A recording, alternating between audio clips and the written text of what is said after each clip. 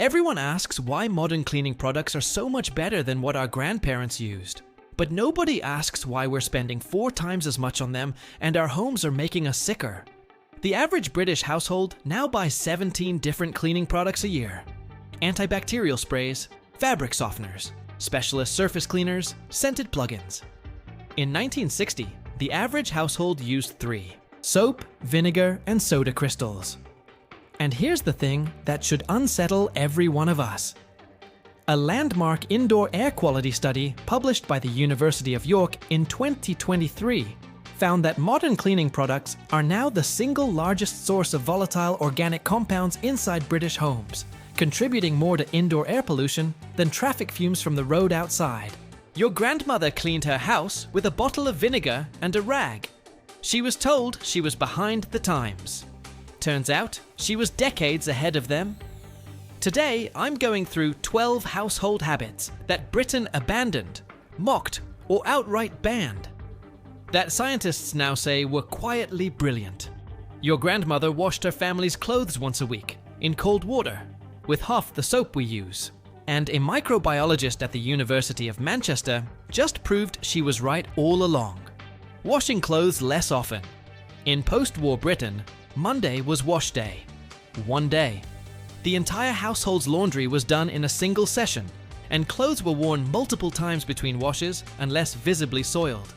By the 1990s, marketing from detergent manufacturers had fundamentally shifted British expectations. The average Briton now washes clothes after a single wear, running approximately 270 washing machine cycles per year.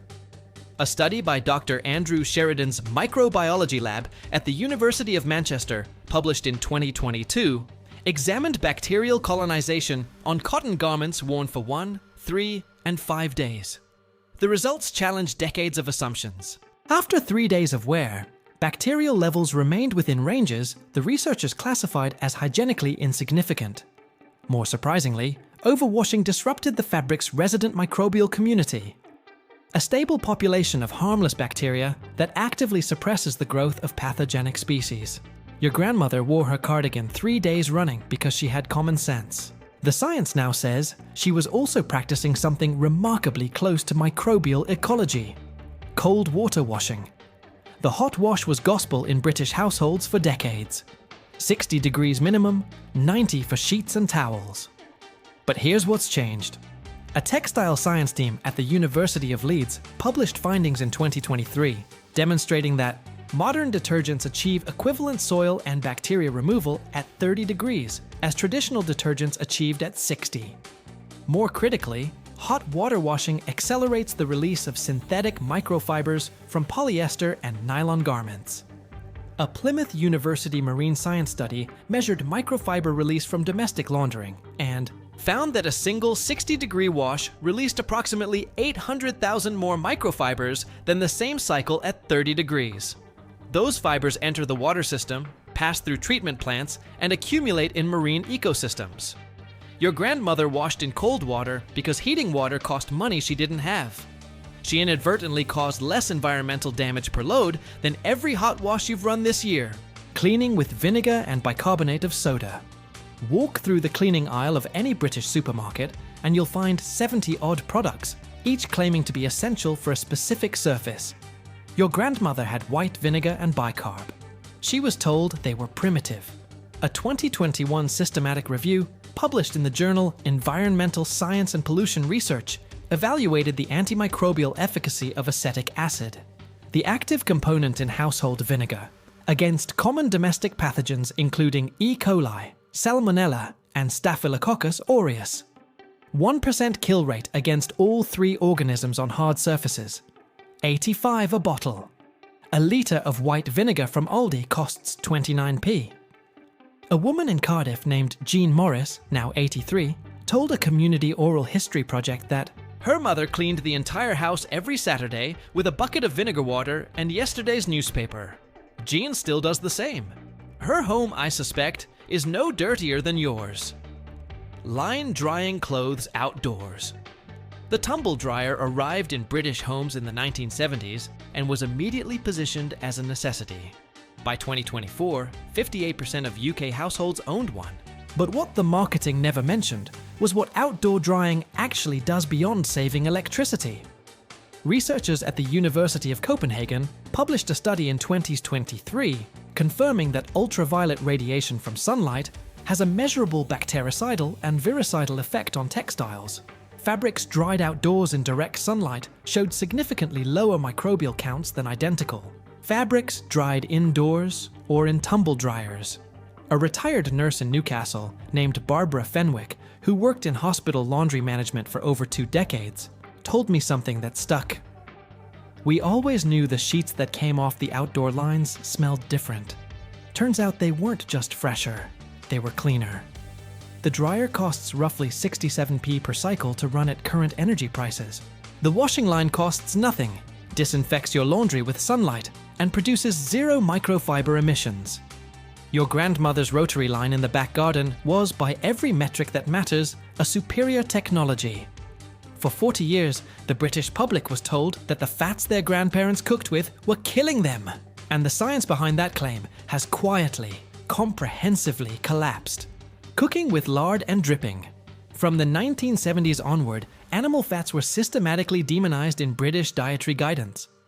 Margarine and vegetable oils were promoted as heart-healthy alternatives. Families across the country threw out their dripping bowls and replaced them with tubs of Flora and bottles of sunflower oil. The evidence base for that switch was, it turns out, deeply flawed. A major meta-analysis published in the Annals of Internal Medicine in 2014, reviewing 72 studies involving over 600,000 participants, found no significant association between saturated fat intake and cardiovascular disease. A subsequent 2020 paper in the Journal of the American College of Cardiology reached the same conclusion. Meanwhile, research into the thermal stability of cooking fats, conducted at De Montfort University in Leicester, revealed that polyunsaturated vegetable oils, when heated to standard frying temperatures, generate significantly higher levels of toxic aldehyde compounds than animal fats like lard or beef dripping. Lard has a higher smoke point, produces fewer oxidation byproducts at cooking temperatures, and contains meaningful amounts of vitamin D, a nutrient roughly 40% of the British population is now deficient in, according to Public Health, England's most recent national assessment. Your grandmother's chip pan, the one with the block of lard in the bottom, was a more chemically stable cooking environment than your non-stick pan with a drizzle of rapeseed oil. Eating offal, liver, kidneys, heart, tongue. A generation ago, these were staples. Liver and onions was a Wednesday night fixture in households from Aberdeen to Canterbury. Today, offal consumption in Britain has declined by over 70% since the 1970s, according to DEFRA purchasing data. What replaced it? Primarily chicken breast, the single most popular cut of meat in the UK, and among the least nutrient-dense. A comparative nutritional analysis published by the British Nutrition Foundation in 2023 found that 100 grams of lamb's liver contains over 1,000% of the recommended daily intake of vitamin A, 600% of vitamin B12, and significant quantities of iron, folate, and copper. The equivalent weight of chicken breast contains none of those in comparable quantities. A butcher in Nottingham named Paul Stedman, who's been trading for 31 years, told me his father's generation sold offal as a premium product. Now I practically give it away. The older customers still buy it. Anyone under 50 looks at it like it's something the cat dragged in. Gram for gram, organ meats remain the most nutrient-dense foods available in any British butcher's shop, at a fraction of the price of the cuts that replace them. Keeping a compost heap. Every council estate in Britain once had allotments behind it, and every allotment had a compost heap. Kitchen scraps, vegetable peelings, tea leaves, eggshells, stale bread went into the heap, decomposed over months, and returned to the soil as nutrient-rich growing medium. The practice declined sharply as allotment waiting lists grew, gardens shrank, and food waste collection services were introduced. But composting and municipal food waste collection are not equivalent processes. A 2024 life cycle analysis published in Resources, Conservation and Recycling by researchers at the University of Exeter found that home composting produces significantly lower greenhouse gas emissions per ton of organic waste than industrial anaerobic digestion, the method used by most UK councils. It also returns organic matter directly to local soil, improving water retention and microbial diversity in ways that centralized processing cannot replicate. Your grandmother's compost heap wasn't quaint. It was a closed-loop waste management system operating at zero cost with near-zero emissions. We replaced it with a fortnightly brown bin collection and called that progress. The house your grandmother kept would fail a modern energy efficiency inspection. And that might be exactly why her family had fewer respiratory infections than yours. Opening windows every day, even in winter. British building regulations have spent the last 3 decades making homes more airtight. Double glazing, cavity wall insulation, draft excluders, all designed to trap heat and reduce energy bills. The unintended consequence is that modern British homes are now sealed environments where airborne pollutants, moisture, carbon dioxide, and volatile organic compounds accumulate with nowhere to go. A 2022 report by the Royal College of Physicians estimated that indoor air pollution contributes to approximately 99,000 deaths annually in Europe, with British homes among the most affected due to a combination of high insulation standards and low ventilation rates. Your grandmother opened the bedroom windows first thing every morning, regardless of the weather. She called it airing the house. Indoor environmental scientists at University College London now call it purge ventilation, and their 2023 published guidelines recommend exactly what your grandmother practiced. A minimum of 15 minutes of wide-open window ventilation daily to reduce indoor pollutant concentrations. She didn't have the data. She had the instinct. The outcome was identical. Airing bedding outdoors, draped over windowsills, hung across garden fences, pegged to the washing line. Bedding was put outside regularly in British households well into the 1980s. The practice was dismissed as old-fashioned, even unsightly. Some housing associations and local councils actively discouraged it, citing visual amenity standards. A research team at Kingston University published findings in 2022 examining dust mite populations in bedding subjected to different maintenance regimes. Bedding aired in direct sunlight for 4 hours showed a 72% reduction in live dust mite counts compared to bedding that remained indoors. Ultraviolet exposure, combined with the desiccating effect of open air, created conditions hostile to Dermatophagoides terenusinus, the house dust mite, responsible for the majority of domestic allergic reactions in the UK. The Asthma and Lung UK charity estimates that 12 million people in Britain are sensitive to dust mite allergens. Your grandmother threw the eiderdown over the windowsill every Sunday morning. She wasn't being old-fashioned. She was conducting pest control, darning and mending clothes. Make do and mend was a wartime slogan, but it persisted as household practice for decades afterward. Socks were darned, elbows were patched, hems were taken up or let down, buttons were replaced. The rise of fast fashion in the 1990s and 2000s effectively killed domestic mending in most British households. The environmental cost of that shift is now quantified. WRAP, the government-backed waste advisory body, estimates that the UK sends 350,000 tons of clothing to landfill annually. The Ellen MacArthur Foundation's 2023 Textiles Economy report calculated that extending the average lifespan of a garment by just 9 months reduces its carbon, water, and waste footprint by approximately 20–30%. A seamstress in Manchester, named Rita Okonkwo, who runs mending workshops in community centres across Salford and Trafford, told me her classes have tripled in attendance since 2022. Young women mostly. They come in not knowing how to thread a needle. They leave able to fix a zip, patch a knee, darn a heel. You can see it on their faces. It's not just a skill, it's a reclamation. Your grandmother darned socks because she couldn't afford to replace them. She was also reducing her household's textile waste footprint by an amount that would take an industrial recycling plant to match, walking as primary transport. In 1960, the average British adult walked approximately 5 miles per day, according to transport survey data compiled by the Department for Transport. By 2023, that figure had declined to fewer than 2 miles.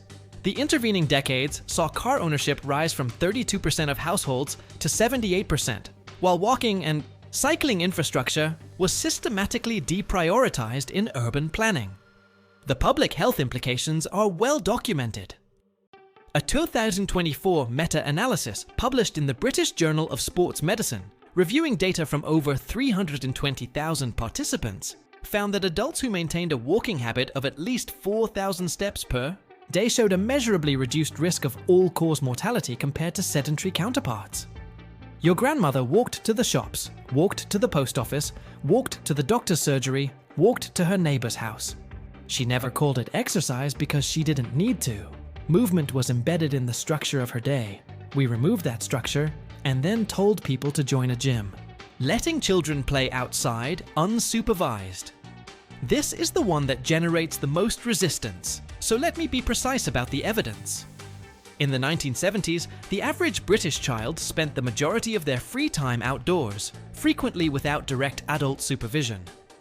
By 2023, a survey by the National Trust found that children in the UK spend an average of just 44 minutes per day in outdoor play, less than half the time recommended by the World Health Organization. The retreat indoors was driven by genuine safety concerns, but the consequences are now measurable. Research published in the journal Pediatrics in 2023 by a team at the University of Bristol demonstrated that children with regular unstructured outdoor play showed significantly stronger immune function, better emotional regulation, and lower rates of myopia than peers whose play was predominantly indoor and supervised.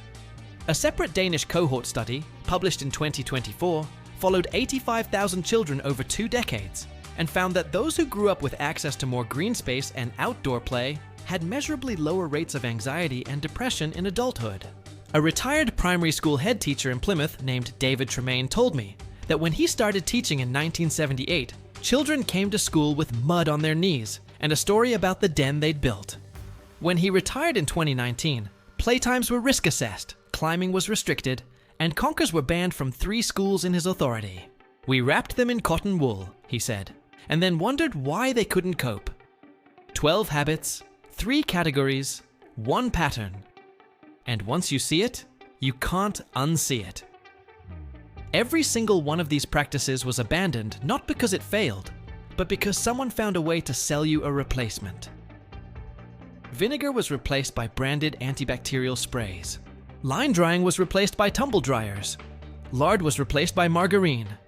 Walking was replaced by short car journeys. Mending was replaced by fast fashion.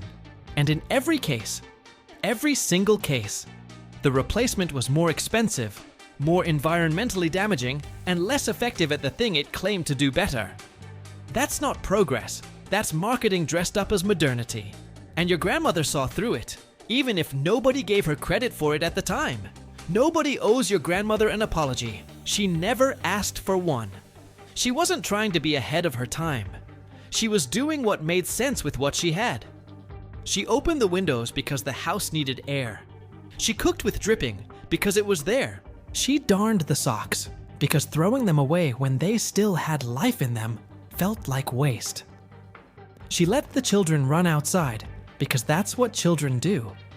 What's changed isn't that we know more. In most cases, we've simply returned to what she already knew via a 40-year detour through industrial convenience that cost us our health, our skills, and a staggering amount of money along the way. The science isn't discovering anything new. It's validating something old. And the fact that it took peer-reviewed journals and university research teams to confirm what a woman with no formal education understood instinctively should tell us something important about whose knowledge this society chooses to respect. You don't need to adopt all 12 habits tomorrow, but pick one. Just one. Open the windows when you wake up. Wash your jeans less often. Cook with lard next Sunday. Hang the washing outside. Darn a sock. Walk to the shop instead of driving. See how it feels? And if someone looks at you strangely, tell them your grandmother did it first and she was right. If your nan had a habit like these, something everyone told her was outdated, something the world moved on from and probably shouldn't have, put it in the comments. I want to read them.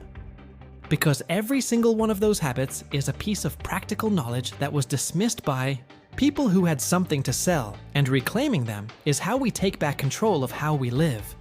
There's more of this coming. Forgotten gardening wisdom, banned cooking methods, household remedies that the pharmaceutical industry would prefer you never rediscovered. If that sounds like something worth knowing, subscribe, and you'll see them the moment they go live. This channel exists because ordinary knowledge deserves the same respect as expert opinion, especially when the experts eventually agree with it.